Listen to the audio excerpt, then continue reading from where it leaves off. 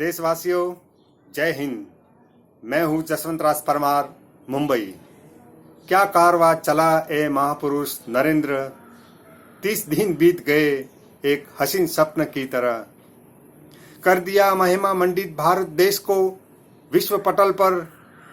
ए महापुरुष नरेंद्र, याद करेगा इतिहास तुझे। देशवासियों,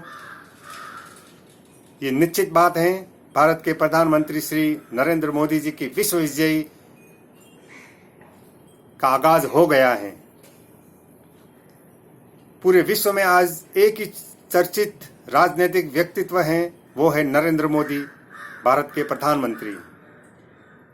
जिस ढंग से पश्चिमी देशों के नेता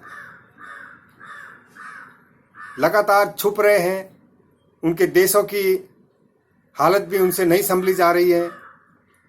अमेरिका जैसा विश्व शक्तिशाली, उसके घर के हालात भी आज संभल नहीं रहे हैं। ऐसे में पूरे विश्व में एक ही व्यक्तित्व विश्व के पटल पर आ रहा है, वो है भारत के प्रधानमंत्री श्री नरेंद्र मोदी जी। उन्होंने ये कारनामा पूरे विश्व को करके बताया है कि कोरोना को ऊपर नियंत्रण कैसे पाया जाता है। पूरे तौर पर एक विजय के तौर में समझा जा सकता है कि भारत में कोरोना हार गया है। कुछ क्षेत्र और वहां के कुछ लोगों की गलतियों के कारण कुछ जगह पर देश में अभी भी स्थिति गंभीर बनी हुई है, लेकिन उसके ऊपर भी विजय पाई जाएगी। मैं आज बहुत ही अपने आप को गौरवान्वित महसूस करता हूं कि भारत के प्रधानमंत्री नरेंद्र मोदी ने जिस प्रकार बड़ी सूझबूझ के साथ देश के डॉक्टर, देश की पुलिस, देश के सभी नगर पालिकाओं के कर्मचारी, मीडिया कर्मी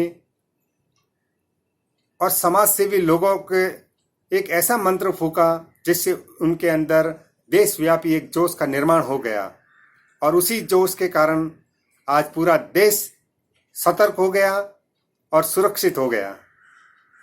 घर घर जाकर लोगों ने ये संदेश पहुंचाया कि आपको घर में रहना है, अपनी जान बचानी है, अपने घर वालों को सुरक्षित करना है।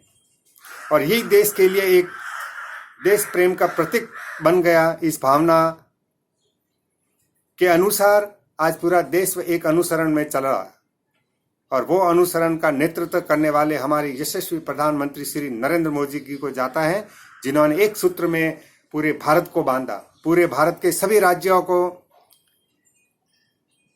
अपनी सूझबूझ के साथ एक समन्वय में लाया। जो अपनी बात थी वो उन्होंने उनके मनों में बताई, अपने कर्तव्य का निर्वाह करवाया उनको, और उन्होंने एक निर्देशात्मक रवैया अपनाकर अपने राज्यों को पालन करवाया। और इसी कारण आज भारत की विश्व विजयी पताका पूरे विश्व में लहरा रही है। इसका श्रेय भारत के सभी लोगों को जाता है, जिन्होंने अपना देश प्रेम समझकर, देश हित समझकर उसमें कार्य किया और सरकारी निर्देशों को पालन कर अपने घरों में रहे, संयम से रहे, शांतिपूर्ण ढंग से उन्होंने अपने घर का निर्वाह किया। आज देश उनको सलाम करता है, कोरोना वॉरियर को, कोरोना के वीरों को, जिन्होंने अपना सर्वोच्च योगदान देने की कोशिश की और उसमें वो सफल भी हुए। निश्चित बात ये एक इतिहास बन गया है और इतिहास बनने जा रहा है कि भारत जब एक सूत्र में बनता है, संगठन की शक्ति बनाता है, तो विश्व की किसी भी समस्या को वो एक चुटकी में ठीक करने में का माजरा रखता है। और भारत के लोगों को मैं फिर एक धन्यवाद देना चाह रहा हूं कि आप लोगों ने जिस अनुशासित ढंग से अपने घरों में रहे, सरकारी निर्देशों का पालन किया, ये देश हमेशा आपका आभारी रहेगा। आपने देश की समस्या को समझा, देश प्रेम को समझा, अफवाहों पे ध्यान नहीं दिया, अपने जाति धर्म का भी ध्यान नहीं दिया। आपने सर्वोपरि रखा देश की सुरक्षा, अपने देशवासियों की सुरक्षा, और जनहानि ज्यादा होने से बचाया।